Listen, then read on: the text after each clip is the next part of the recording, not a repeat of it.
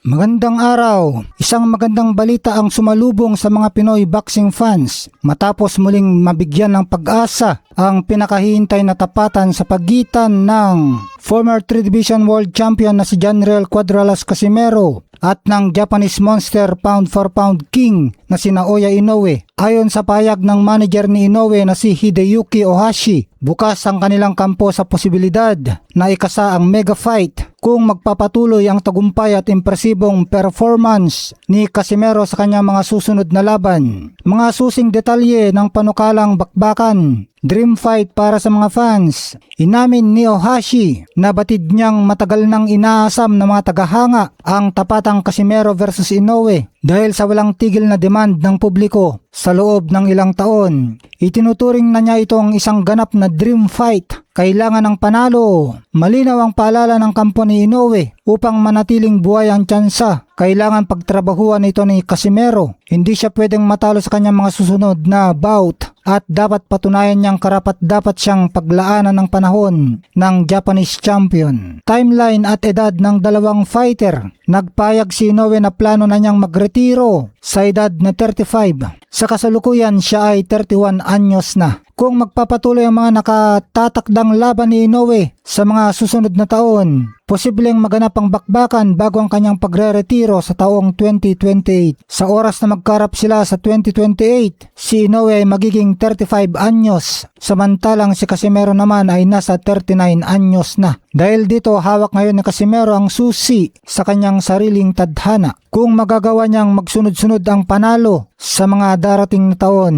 posibleng sa angas ng pinaspa ang maging huling hantungan at huling karibal ni Inoue bago ito tuluyang magbitiw sa mundo ng professional na boxing. Magandang araw! Naoya Inoue offer kay BAM umabot ng 387 million pesos. Bakit mas sulit at deserving ang 500 million demand ni Casimero? Umayaw man ang iba sa 500 million price tag ni Janriel Casimero, hindi may kakailang may mabigat at makatarungang batayan ang hirit ng Pinoy champion. Lalo na ngayong lumabas ang balitang nag-alok ang kampo ni Naoya Inoue ng humigit kumulang 387 million pesos kay Jesse Bam Rodriguez para sa isang super fight. Kung sa Japan gaganapin ang bakbakan, mas kilala at mas sikat si Casimero sa paningin ng mga Hapones kumpara kay Bam. Alam ng boxing fans sa Japan na mas competitive at delikado ang laban kapag si Cuadralas ang katapat ng kanilang monster kaysa kay Bam na mas maliit at galing sa mas mababang timbang. Malaki ang posibilidad na ma-overpower lang ito ng laki at lakas ni Inoue. Pero kay Casimero, tunay na 50-50 ang labanan. Napatunayan na ito laban sa pareho nilang nakatapat na si Luis Nery. Casimero versus Nery. Unang round pa lang 3 beses agad pinatumba ni Casimero si Nery nang hindi man lang nahirapan o nasaktan ng Pinoy. Inoue versus Nery. Naidikit at napabagsak pa si Inoue bago tuluyang na-knockout si Nery. Mas mabilis at mas dominanteng tinapos ni Casimero ang Mexican. Dahil dito mas malaki ang kuryosidad ng buong mundo kung ano ang tunay na kalalabasan ng Inoue versus Casimero kumpara sa predictable na panalo ni Inoue laban kay Bam. Maging ang The Ring Magazine ay nag-post din noon na isa sa mga pinakamalaking katanungan at interes ni Saudi General Entertainment Authority Chairman Turki Al-Sheikh ay kung ano nga ba ang naging resulta kung hindi na-cancel ang laban ni Casimero at Inoue noong panahon ng pandemya. Maging ang mga respetadong pangalan sa boxing ay nag-alangan sa agaran at mabilis na tapatang Inoue versus Bam. Eddie Hearn, umamin ang promoter mismo ni Bam na mahirap makakita ng kahinaan kay Inoue at naniniwalang napakalaking pagsubok ito kay Rodriguez dahil sa laki at lakas ng Hapones. Malinaw din ang payag ng trainer ni Bam na si Robert Garcia na kailangan pa ng bata ng oras at mga laban sa 118 pounds bago lumipat sa 122 pounds at labanan si Inoue. Ang kanyang pag-aalangan ay dahil sa natural na laki, power at karanasan ni Inoue sa super bantamweight division. Bakit wild card at mas nakakaliw ang Inoue versus Casimero? Personal na bad blood at trash talk. Inoue versus Casimero, taon ang inabot ng panunukso at pangasar ni Casimero kay Inoue sa social media at panayam. May tunay na init at personalang emosyon na matagal nang gustong makitang matapos sa loob ng ring. Samantala kina Inoue versus Bam, puno ng respeto, purely sport at pound for pound greatness lang ang dahilan ng tapatan kaya walang psychological drama. Unpredictable style versus pure chess match. Ang Inoue versus Casimero, bunsod ng wild, agresibo at hindi mabalangkas na estilo ni Casimero. Pwedeng-pwede siyang magdulot ng kaguluhan at aksidente. Bawat bitaw ng boksingero ay may one-punch knockout power na pwedeng magpabago ng laban sa isang iglap. Inoue versus Bam, parehong mataas ang boxing IQ at footwork. Bagamat napakagandang laban sa mata ng mga puris, mas malaki ang tsansang maging masyadong maingat at kalkulado. Chess match ang bakbakan. Entertainment value at drama. Sa Inoue versus Casimero, hindi lang boxing ang binibili ng tao kundi ang showmanship. Nag-aatid si Casimero ng matinding theatrical drama bago, habang at pagkatapos ng laban. Sa Inoue versus Bam, seryoso at malinis na kompetisyon. Walang halong gulo, pambabastos o kontrobersya. David versus Goliath narrative ng mga Pinoy. May matinding suporta mula sa mga lokal na tagahanga. Ang ideya ng isang Pilipinong pilit binabasag ang tila, hindi matalo-talong Hapon. Kung ang habol ng promoter ay puro at mataas na antas ng siyensa sa boxing, pasok ang Inoue versus Bam Rodriguez. Pero kung ang hanap ng buong mundo ay matinding aksyon, tensyon, bangayan at tunay na bakbakan, mas nakakapukaw ng interes at mas karapat-dapat sa malaking bayad ang tapatang Inoue versus Casimero. Magandang araw. General Casimero at Naoya Inoue nagbantaan na sa isa't isa. Tuloy na kaya ang bakbakan nila sa December 2026? Hindi pa rin nagpapatinag si General Cuadrolas Casimero sa patuloy na pagdomina ni Naoya Inoue sa boxing ring. Sa kabila ng papuri at reputasyon ng Hapon, hayagan nitong pinulaan ang estilo at tunay na lakas ni Inoue sa mga huli nitong laban. Ayon kay Casimero, hindi umano ganung kalakas si Inoue tulad ng ipinapalandakan sa media. Dagdag pa ng Pinoy fighter, patunay dito ang pagkabagsak at pagkakanakdown ni Inoue sa mga nakalaban nitong sina Luis Neri at Ramon Cardenas. Puna pa ni Alas, hindi rin man lang nagawang patumbayin ng Hapon sina Alan Picasso at Murodjon Akhmadaliev. Mga kalaban na para sa kanya ay madali lang sanang tapusin kung totoong ganung katindi ang pambato ng Japan. Ayon pa kay Casimero na inantok lang daw siya sa mga laban ni Inoue. Binahagi pa ni Casimero na excited pa naman siyang manood sa pag-aakalang magiging totoong basagan ang tunggalian. Subalit bagsak sa kanyang ekspektasyon ang napanood na mga laban ni Naoya Inoue dahil sa kaboboringan na palitan sa ibabaw ng ring. Ang tanging nagbigay buhay lang daw at naaliwan si Cuadrolas ay nang patalsikin na Akhmadaliev ang sipon ni Inoue noong huling round. Tawang-tawa pa nga itong si Casimero habang pinapanood noon ang pagkakabagsak ni Inoue kay Luis Neri noon.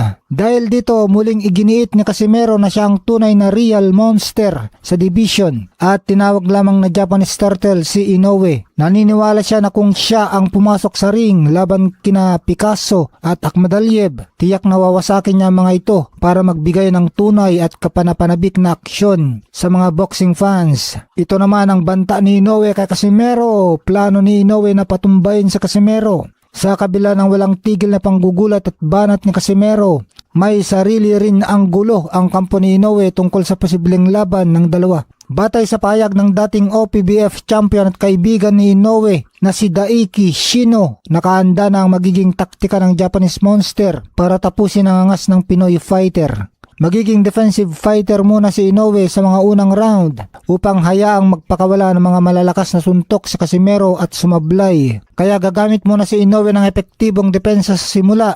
Tapos ang gagawin daw muna ni Inoue ay mga pitik na jab.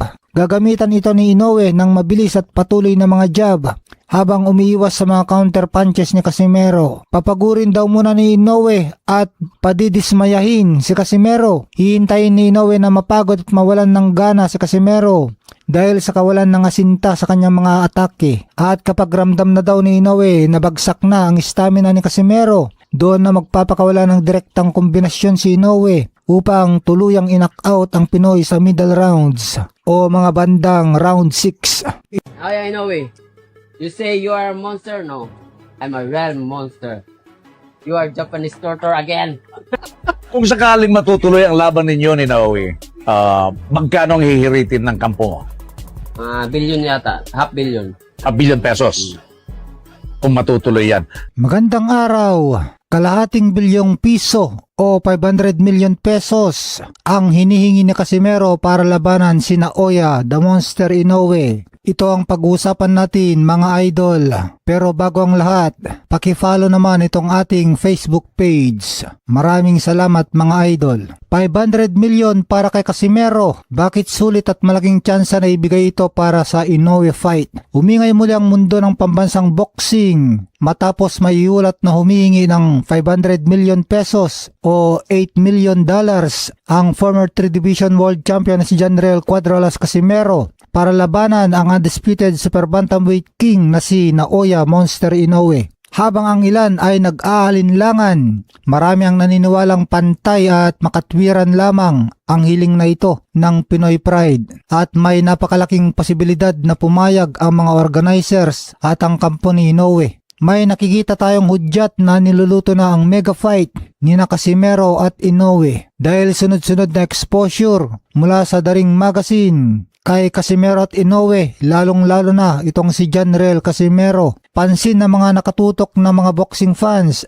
ang tila di karaniwang pagbibigay pansin ng Daring Magazine na pagmamayari na ngayon ni Turkel Alshik kay Casimero. Kamakailan lang ay muli nilang pinost sa kanilang social media ang impresibong panalo ni Casimero laban sa Cuban Master na si Guillermo Rigondo. Ang ganitong promo build-up ay malinaw na hudyat na inihahanda na ang kanyang pangalan sa pandaigdigang entablado. Kaya mukhang maglalabas na ng malaking pondo itong si Turkel Alshik para mapaganap ang Casimero versus Inoue. Hindi na sekreto na si Turkel Alshik ang nagpapatakbo ng pinakamalaking boxing event sa buong mundo ngayon sa ilalim ng Riyadh season. Kung si Turkel Alshik at ang kanyang koponan ang papasok sa negosasyon, ang $8 million o 500 million pesos ay napakalit na halaga para sa kanyang budget upang mabuo ang pangarap na laban ng mga boxing fans na ang Casimero versus Inoue. Bakit karapat dapat at sulit si Casimero sa 500 million pesos? Meron kasing class at credentials na hindi mabubura itong si Casimero. Si Casimero ay isang 3 Division World Champion na nakapesto bilang number 4 sa WBO at number 9 sa IBF Super Bantamweight, gayon din bilang number 10 sa WBC Featherweight. Kapag si Casimero ang makakalaban ni Inoue, ito ay magiging totoong blockbuster fight sa halos 35 na potential na kalaban sa Super Bantamweight, kabilang si Jesse Bam Rodriguez. Si Casimero lamang ang nakakapagdulot ng matinding tensyon at pananabik. Gigiba sa pay-per-view at ticket sales. Ang tambalang Inoue versus Casimero ay may kusa, built-in rivalry na tiyak na magtatala ng record-breaking viewership at sponsorship. May tsansa bang ibigay ang 500 million pesos? Napakalaki sa patuloy na pag-ingay ng pangalan ni Casimero sa mga international boxing media gaya ng Ring Magazine. Malinaw na nakikita ng mga promoters ang malaking pera at hype sa laban ito. Hindi lang ito simpleng title defense para kay Inoue. Ito ang labang magpapatunay kung sino ang tunay na hari. Mukhang may negosasyon na ang nagaganap. Kakasanga ba ang kampo ni Inoue at Casimero? Mukhang nagkakatawaran na sa tulong ni Turkel Alshik. Lalapang nag-init ang usap-usapan sa boxing world matapos kumalat ang balitang may nagaganap ng tawaran at negosasyon sa pagitan ng kampo ng Japanese superstar na si Naoya Monster Inoue at ng pambato ng Pilipinas na si Janriel Cuadralas Casimero. At ang mas matindi pa rito, si His Excellency Turkel Alshik mismo ang sinasabing nasa likod ng makasaysayang hakbang na ito. Ang Riyadh season effect, pera hindi magiging adlang. Tawaran sa $8 million demand. Matapos ihayag ng Casimero ang kanyang 500 million pesos o $8 million prize money, hindi raw ito agad tinanggihan ng mga promoters. Sa halip nagsimula na ang palitan ng offers para mahanap ang sweet spot kung saan parehong matutugunan ang kagustuhan ng dalawang kampo. Malaking suporta ni Turki Al-Sheikh. Alam ng lahat na kapag si Turki at ang Riyadh Season ang humawak ng laban, walang imposibleng halaga. Handa nitong pondohan ang alinmang mega fight na gustong mapanood ng buong mundo. At ang Inoue versus Casimero ang isa sa mga pinakaabangang matchup sa kasaysayan ng lighter division. Bakit ngayon na ang tamang panahon? Umayaw na sa ibang contenders ang fans. Kahit may mahigit 30 na pwedeng makalaban si Inoue, wala sa kanilang nakakapagbigay ng ingay at hype na dala ng pangalang Casimero. Para kay Inoue, ang pagharap kay Casimero sa ilalim ng malaking budget ni Al-Sheikh ang